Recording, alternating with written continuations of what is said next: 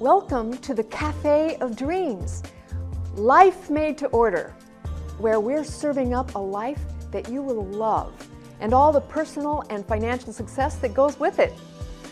My name's Lynn Kitchen, I'm your host, but I'm no ordinary chef, and this is no ordinary cafe. This is the Cafe of Dreams, where making the impossible possible for you is what we do. So today, how many of you love a secret code? I love finding a secret code for something, don't you? Wouldn't it be cool to find a secret code in which you could have anything in life that you would love, where everything is perfect in your life? Wouldn't you love that? I love thinking about a secret recipe, for example, that has one special ingredient that just changes everything. Like that movie a few years ago. Do you remember a movie called, well, it was about chocolate, and I think it was called Chocolat. And it was a story of a woman and her daughter who opened a chocolate shop in a small town in France. And they put a secret ingredient inside the chocolate so that when all of the rigid town folks started to eat the chocolate, it started to change them and make them love life and be happy again instead of miserable and miserly. And I really love that. And I used to think, what was that secret ingredient in that chocolate? Was it cinnamon? No, it couldn't be something just as common as that. It would have to be something really exotic, like an ingredient that you could get from the jungles of Brazil or something so rare. But what if a secret ingredient doesn't have to be so rare and exotic to make a secret code? What if it could be a very common something or other that we already have but are just overlooking? Well, in the Cafe of Dreams, we actually come up with secret recipes, with secret ingredients for yummy dishes that knock your socks off. And these are actually secret codes for living a dream life that you would love. So today, I want to tell you about a secret code that I have found that lives inside a common poem that we all know about. It's actually a famous poem by Henry David Thoreau, and I know you're going to recognize this. It goes like this: if one advances confidently in the direction of his dream, endeavoring to live the life that they are imagining, he will meet with a certain unexpected success in common hours. That's right, inside that poem there is a secret code. I'm not kidding. It's actually a recipe. So let me unpack it for you just a little bit. If one advances, so you don't have to do this. You know, some people live a full 90 years and other people live 1 year 90 times. So if one endeavors to live one's life with a higher license, if you decide to create your dream, if you decide to work with a recipe, if you decide to move in the direction of your dream, and of course, you can't advance in the direction that you don't know or that you don't have an idea of, right? It's kind of like in football. You can't make a touchdown if you don't know where the goalposts are. So it's up to you. It's up to me to create a vivid idea and a dream, to dream what's possible, not just looking at what's already in our bank accounts to determine what it is that we can do or become. There's a quote: most people are not really setting goals for what they want in life. They are setting goals for what they think they can have. That's right. That's based on conditions. That's called conditioned living that you find yourself in. But wait, you want to change those conditions, right? You're in the Cafe of Dreams. So you have to imagine outside the realm of where you are. You can just lean into what you would love and ask if you could really create that, what you would love, then what would that be? And it's up to you to think it up, to cook it up, to create it, to imagine it, to imagine what would really be exciting to you, what would really turn you on, what would make you come alive. You know, it was Walt Disney who called his creative people Imagineers. He wanted people around him who had rich, vivid imaginations. He didn't want people telling him what wasn't possible. He wanted them to tell him what could be. So if one has a life imagined, one that just lights you up, even if you say, I just have no idea how that could happen, it's really not your business to know yet how that could happen, but it is your business to give your genius mind within a set of rich pictures to work on. Pictures of what you would love your life to work with. Because, as you know, your mind works in pictures. Just try this.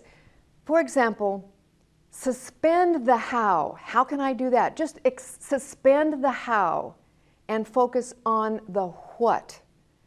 What is your dream?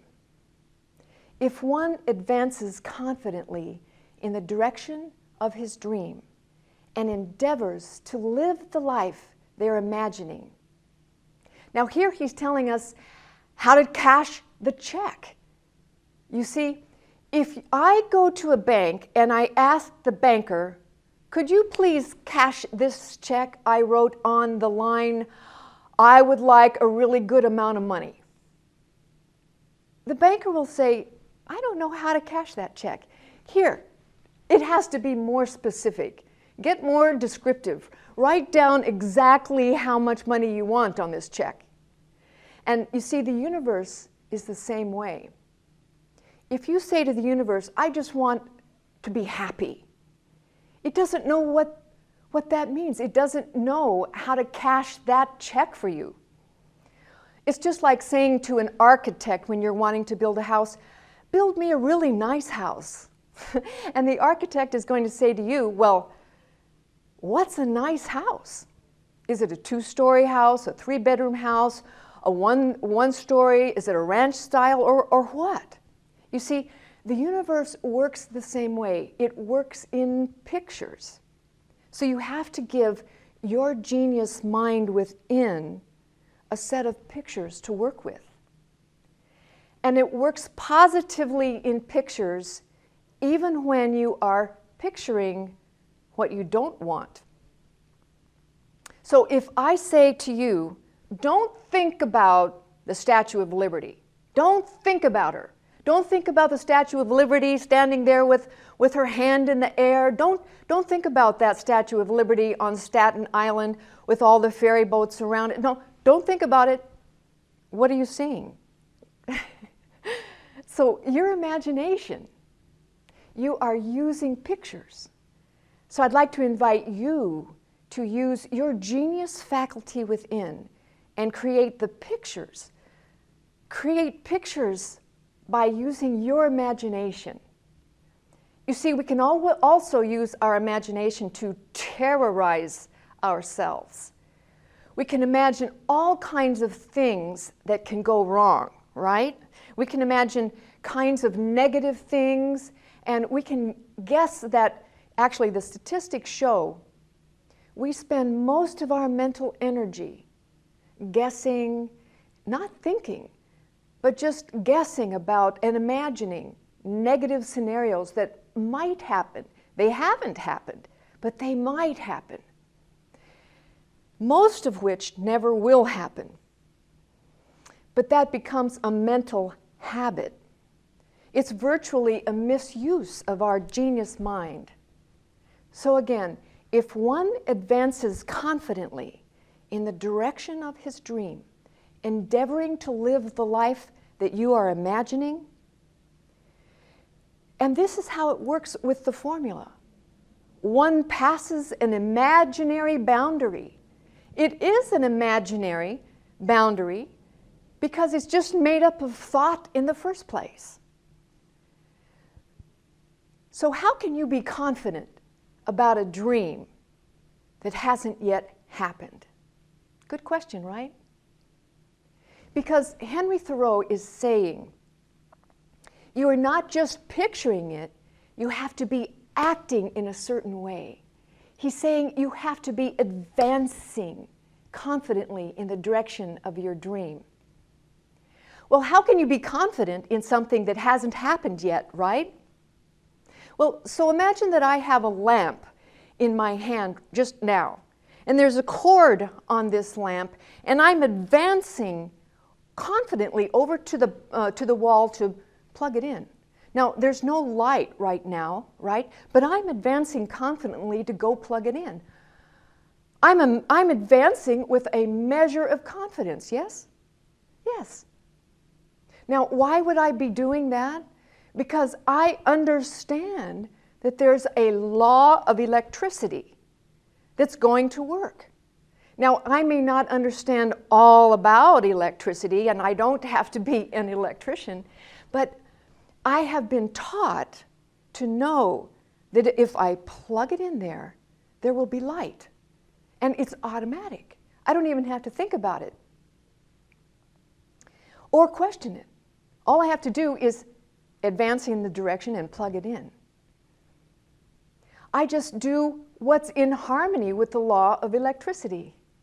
You know, and if I don't get the light, I don't have to start begging the law of electricity, please, please, could you work this time? Could you give me a break? Or start wishing and hoping harder. I can figure out that something is not allowing the circuit to flow. There is something out of harmony with the law of electricity because it always works. If I work it, it always works. And Henry Thoreau is saying the same thing in this poem, actually, that you can learn to live, to think, to be, to act in a certain way that puts you in harmony with unleashing the natural abundance that's already present in the universe. And that abundance is actually your birthright. So here's why this is important to you. To live from your dream is like being plugged in to all that really matters to you, to being in alignment with your passion, your purpose, and your destiny. Your life will feel easy, like you are using Teflon frying pans, finally. You're feeling like you're creative and fun. So again, if one advances confidently in the direction of his dream, endeavoring to live the life that you're imagining, he will meet with unexpected success, unexpected in common hours. So what's your dream?